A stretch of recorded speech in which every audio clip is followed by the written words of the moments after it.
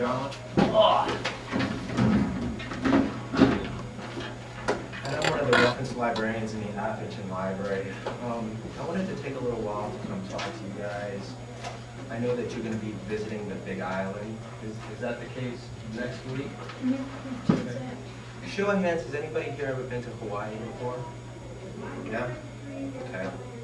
Let me ask you guys something. How many people here are from LA, West Coast? Okay, right on. A couple of people. Anybody here ever experienced an earthquake? Yeah? Yeah. What's your name, brother? Jake. Jake, how was that, dude? I don't know. Oh god. And everything shook. Yeah, We get them all the time, man. Do you remember how big it was? They had like 5 cylinders. Yeah, did anything come down? A blind fell. Really blind, so that's it. One of them at school happened, and one of the lights fell out. Oh, that's pretty heavy. Yeah, we also have a lot, but we're from Arizona. Oh, okay. So you guys actually get different kinds of natural disasters. You ever get a sandstorm?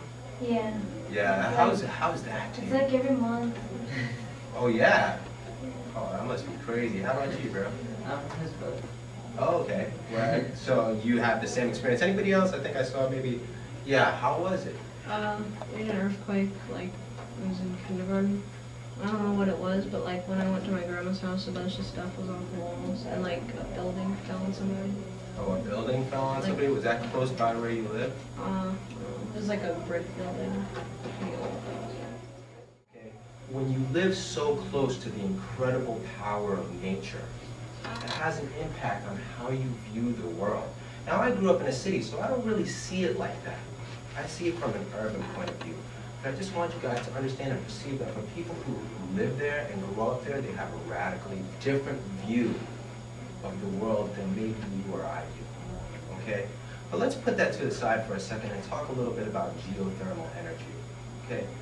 This is a huge, huge source of potential power for us. I don't need to tell you guys that from an environmental point of view, we as a species are struggling.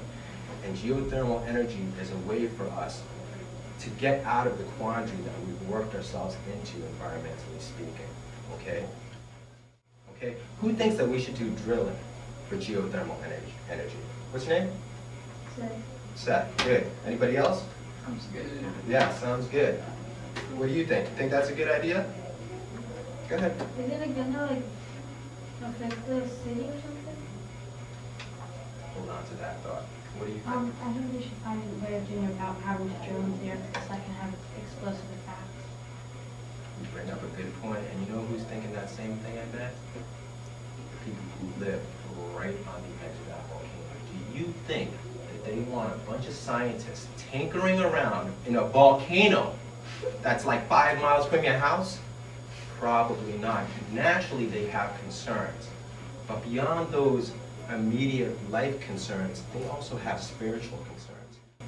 This thing is actually creating Earth as I watch. Earth is being made in front of my eyes. And in that context, it seems totally logical that you would look on this incredible natural force as a spiritual deity.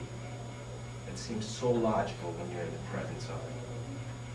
From that point of view, you are going to find that many people in Hawaii are not in favor of geothermal drilling.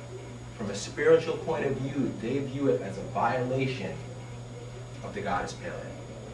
Who's right? Do we, as people who have environmental and energy needs, does our need take precedent over their spiritual belief? No. Yes, because of global warming and even I like that. Thank you for giving me your opinion, and thank you for giving me your opinion because you're both right. And what you guys are going to discover as you get older, it's complex. The things that seem right may not necessarily be right for everybody. And everybody deserves to get their point of view heard. So while you're watching this video, I want you to keep that in mind and think about it. And especially when you go for your Big Island visit, think about what this means to the people there. Yeah. What's your name? Catherine. Catherine. Yeah. My sister is at MIT and she says they're doing a lot of different research on different ways of getting energy, not just from like the ocean, just one idea. Another one was putting things into the atmosphere, finding ways to take some of that out and turn it into energy. there's a lot of different ideas, and she said a lot of them that people were thinking about, they had lots of pluses and minuses. The minuses every time a lot of ways the pluses, because more people are against every type than are for it, because there's just too many types. What's your name again? Was it Melanie? Catherine. Catherine, I don't know where I got that. You make an excellent point. There's always going to be opposition to development and change, okay? And at some point, we have to make the choice to move forward. Something's got to happen. You cannot perpetually hold back the evolution of a whole species like ours. However, should we really be tinkering with what is made by nature? Could we not do more harm than good? That's what we're going to be thinking about when we watch this video. So, without further ado, I think we're ready to get started. And thanks a lot for giving me your time.